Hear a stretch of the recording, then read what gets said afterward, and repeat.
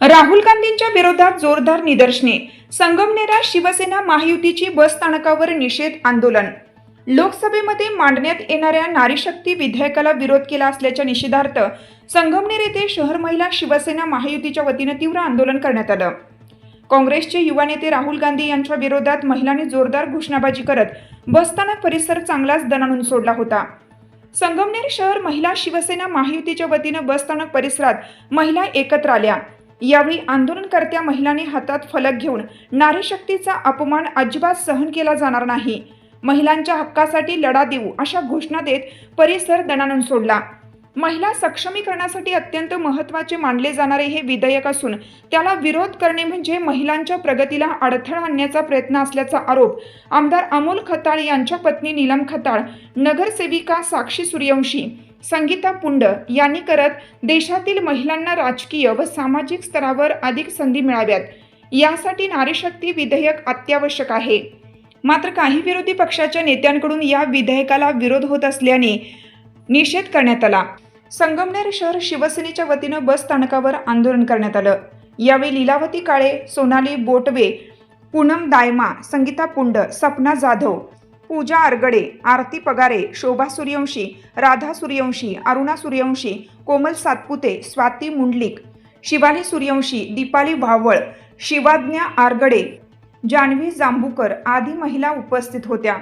महिला घर, गाव आणि देश सांभाळते, त्यांना राजकारणात अधिक स्थान मिळायला हवे हा नक्कीच योग्य आणि महत्त्वाचा मुद्दा आहे.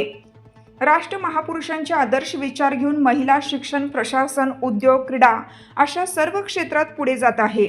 हे काँग्रेस पक्षाला पाहवत नाही, म्हणून काँग्रेसच्या नेत्यांनी नारी शक्ती विधेयकाला खोडा घालत आहेत. त्याचा राजकारणातही सहभाग वाढवणं गरजेचं आहे.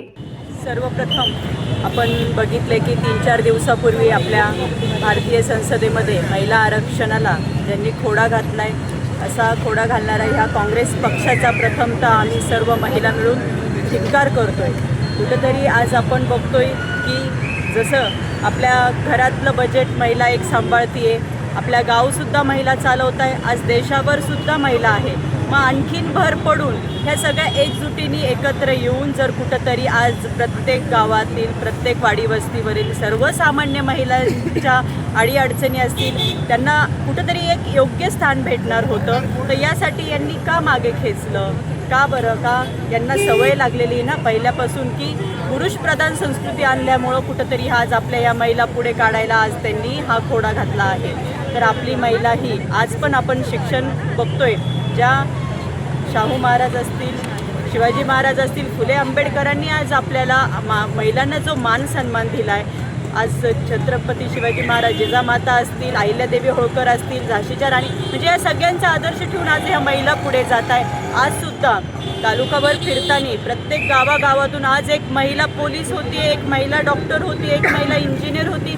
कुठंतरी ह्या महिला पुढे जात आहे. यातूनच आज आपल्या या ठिकाणी आपल्याला उच्च पदावर आपल्याला महिला बघायच्या होत्या, पण हे काँग्रेस पक्षाला देखवलं नाही, म्हणून त्यांनी हा खोडा घातला आणि हे आरक्षण रद्द केलं. तर नक्कीच आमच्या ह्या सर्वसामान्य शेतकरी महिलासुद्धा आज इतक्या अग्रेसर आहे का, या महिलासुद्धा इतक्या हुशार आहेत का आज त्या महिलांनासुद्धा संधी भेटणार होती ती सुद्धा आज यांनी कुठेतरी खोडून काढली आहे. या शेतकरी वर्ग असेल, आपला शेतकरी वर्गापासून तर कॉर्पोरेटपर्यंतच्या महिला आज या नारी शक्ती एकजूट होणार आहे. कारण की नारी ही नवदुर्गेचा अवतार आहे आणि ही नारी शक्ती एकजूट होऊन नक्कीच या काँग्रेस पक्षाला उत्तर दिल्याशिवाय राहणार नाही. जय श्रीराम. नमस्कार, जय श्रीराम. जिथे महिलांना मान सन्मान दिला जातो तिथे देवी देवता वास करतात असे आपल्या संस्कृतीत सांगितले आहे. परंतु आजच्या युगात सामाजिक राजकीय क्षेत्रात सहभागी करण्यासाठी, महिलांना सहभागी करून घेण्यासाठी आपल्या महायुतीने महत्त्वाचा निर्णय घेतला होता. महिलांना 33% आरक्षण देऊन त्यांना सहभागी करण्याचा निर्णय घेतला होता. नारी शक्ती अधिनियम, नारी शक्ती वंदना अधिनियम ही मोदींची गॅरंटी आहे.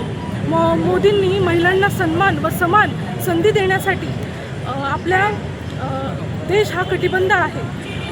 हे विधेयक महिलांना न्याय मिळवून देणारं एक सक्षम व्यासपीठ आहे. स्त्री ही अबला नसून सबला आहे. या आरक्षणापासून गावागावांमधून मोठ्या प्रमाणात महिला नेतृत्व एक मोठ्या प्रमाणात उभे राहिले असते, पुढे आले असते. पण काँग्रेसनी या महिला नेतृत्वास विरोध करून स्वतःच्या पायावर तर दोंडा मारूनच घेतला आहे. पण त्यांचे विचार हे जगासमोर आले आहे. मी काँग्रेस आघाडीचा तीव्र शब्दात व बांगड्या फोडून या ठिकाणी जाहीर निषेध करते. महासत्ता न्यूज संगमनेर.